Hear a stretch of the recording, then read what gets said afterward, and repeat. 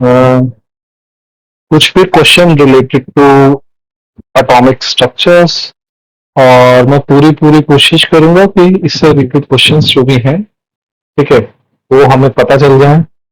ठीक है, तो पहले तो हमारी पीरियोडिक टेबल से हम शुरुआत करते हैं। लिंक मैंने प्रोवाइड किया है ताकि कोई ये ना बोल दे कि कॉपीराइटेड है। तो पहली चीज समझिए कि हमारे पास में टोटल 18 ग्रुप्स हैं, 7 पीरियड्स हैं। ठीक है, इसको बोलते हैं alkali metals.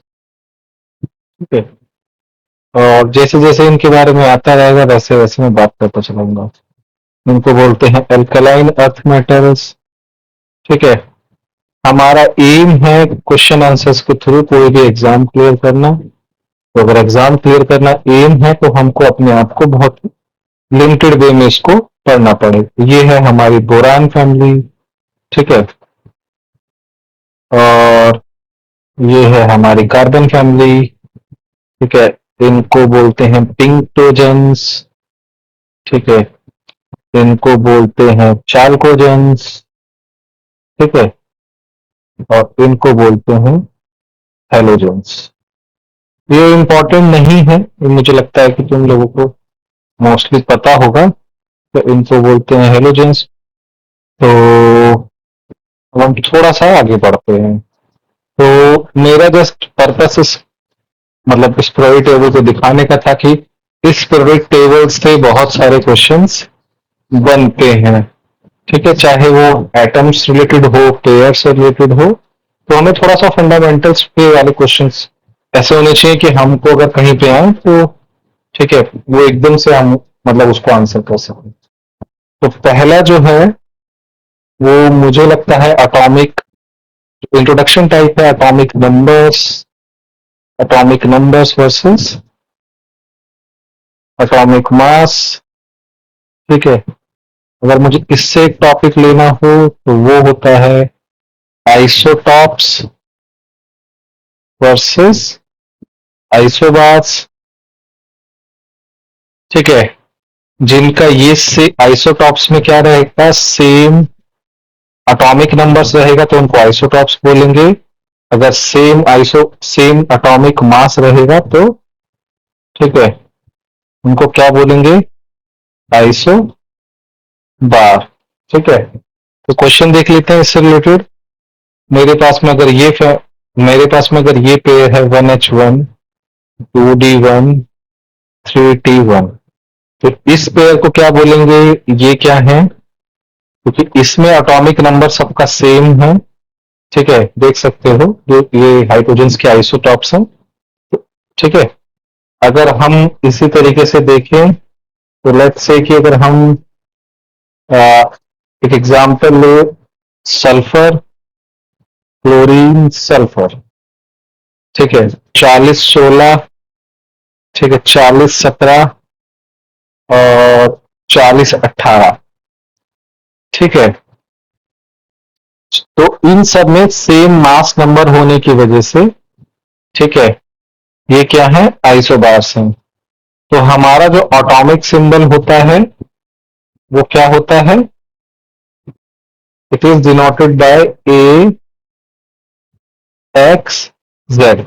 A is atomic mass और जेड इज एटॉमिक नंबर। तो आइसोटॉप्स क्या हुए, ए इज इक्वल टू, अगर मैं बात कर रहा हूं न्यूट्रल सिस्टम की, न्यूट्रल एटम की, अगर proton are equal to electrons neutral systems में, और इसको बोलते हैं Z. A is basically neutron plus proton का नंबर्स। ठीक है, इसको क्या बोलते हैं, एटॉमिक मास।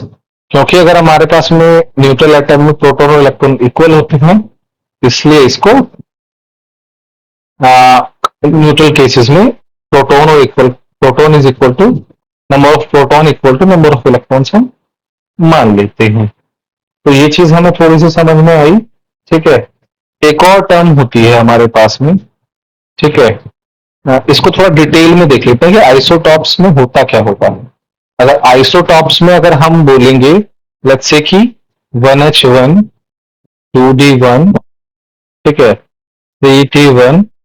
तो इसका मतलब क्या है कि मेरे इन केसेस में Z सेम है, जो मैं दोबारा रिपीट ही कर रहा हूं, यानी सेम नंबर ऑफ क्या है, सेम नंबर ऑफ प्रोटॉन्स है। मैं इलेक्ट्रॉन इसलिए नहीं ले रहा हूं क्योंकि मुझे नहीं पता, कभी कभी चार्ज स्पीशीज के साथ भी खेल लिया जाता है। तो ये क्वेश्चन इस चीज को बताता है कि Z सेम होना चाहिए। और जो हमारे पास में पिछला केस था, सल्फर क्लोरीन सल्फर 40-16, 40-17, 40-18, इसका मतलब क्या है, इसमें भले इसमें हमारे जो हैं Z तो डिफरेंट है ही, Z is different, Z different है। Z डिफरेंट होने की वजह से हमारे क्या चीज डिफरेंस है,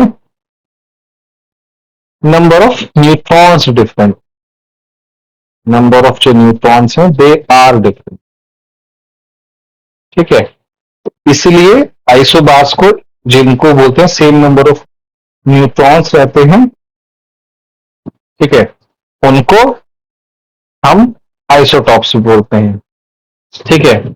इसी तरीके से हमारे पास में एक टर्म होती है आइसोटोन्स।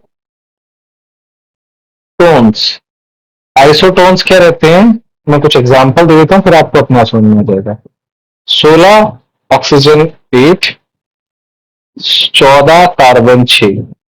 मैं अगर 16 में से 8 घटाऊं और 14 में से 6 घटाऊं तो कितना हो गया, ठीक है, ये हो गया 8, इसमें भी 8। तो जिनके भी सेम नंबर ऑफ न्यूक्लियॉन्स रहेंगे, न्यूक्लियॉन्स का मतलब सेम नंबर ऑफ अगर न्यूक्लियॉन्स रहेंगे तो सेम नंबर ऑफ न्यूट्रॉन्स रहेंगे, यही बचा हुआ था ना, ठीक है। पहले वाले में जो हमारा था सेम नंबर ऑफ प्रोटॉन रहेगा तो हम उसको आइसोटॉप्स बोल देंगे। सेम नंबर ऑफ उसमें sum of neutron plus proton same रहेगा, या एटॉमिक मास सेम रहेगा तो उसको आइसोबार्स बोल देंगे। अगर सेम नंबर ऑफ न्यूट्रॉन्स रहेंगे तो उसको आइसोटोन्स बोल देते हैं, ठीक है। उसके बाद में एक जनरल डिस्क्रिप्शन न्यूक्लियस का कैसा होता है कि लेट्स से कि मेरा पॉजिटिव ये न्यूट्रॉन प्लस प्रोटॉन रहते हैं, इलेक्ट्रॉन इसमें ये रहते हैं। तो लेट्स से कि अगर मैं बोलूं कि न्यूक्लियर साइज क्या है, तो nuclear size is approximately R0a1/3।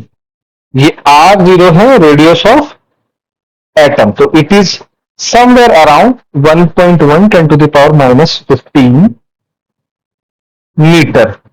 Let's say मेरे पास में आयरन का एग्जांपल है, तो इसकी जो न्यूक्लियर साइज होगी वो 1.1 10⁻⁵ 15 multiply by 56 1/3, somewhere it is around this, ठीक है। अच्छा, एक क्वेश्चन मैं पूछना चाहता हूं, लेट्स से कि मेरे पास में लिथियम है, सोडियम है, पोटेशियम है, रुबेडियम है, आयरन है, नियॉन है, हीलियम है। तो एक क्वेश्चन किसी ने पूछ लिया बहुत कंफ्यूजिंग वे में कि इन सब एटम्स की न्यूक्लियर डेंसिटी क्या होगी, ठीक है, न्यूक्लियर डेंसिटी। तो न्यूक्लियर डेंसिटी अगर किसी ने पूछ लिया तो बहुत सारे लोग एकदम से घबरा जाएंगे कि न्यूक्लियर डेंसिटी तो सबकी भी निकालनी पड़ेगी। न्यूक्लियर डेंसिटी क्या होनी चाहिए, मास अपॉन में वॉल्यूम, मास अपॉन में वॉल्यूम, ये होनी चाहिए। न्यूक्लियर मास कितना होता है, लेट्स से कि मैं आयरन का ही केस ले लेता हूं, तो इट विल बी अराउंड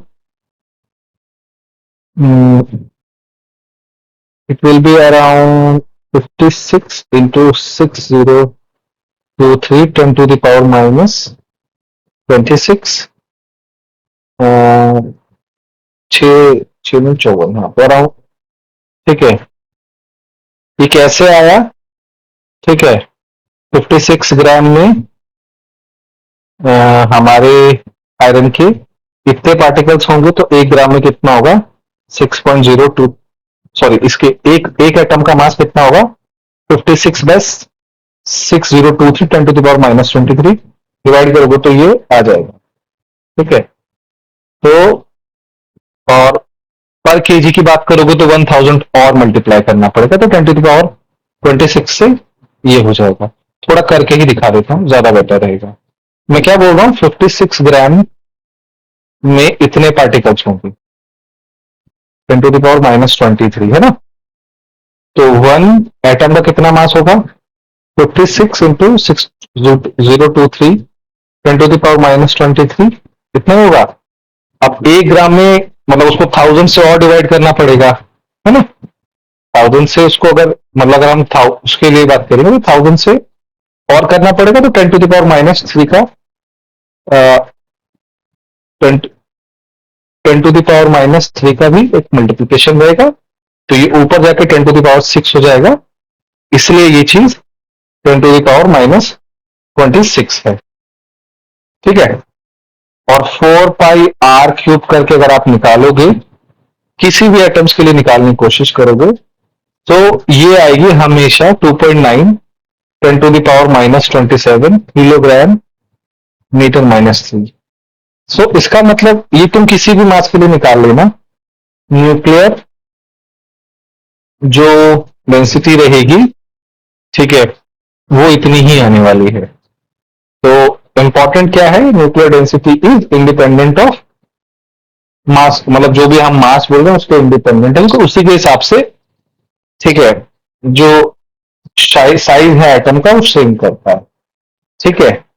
तो इससे रिलेटेड हमारे कुछ फॉर्मूलेज भी हैं। तो मेरे हिसाब से ये छोटा सा टॉपिक है, इस पर एक बहुत सारे क्वेश्चंस, मतलब ज्यादा तो नहीं, एटलीस्ट कभी कभी पूछ भी सकता है, कभी कभी नहीं पूछेगा। तो ये वाला क्वेश्चन हम कर सकते हैं। तो हमारी वीडियो को देखते रहिए, लाइक करिए, सब्सक्राइब करिए। Thank you for watching our videos.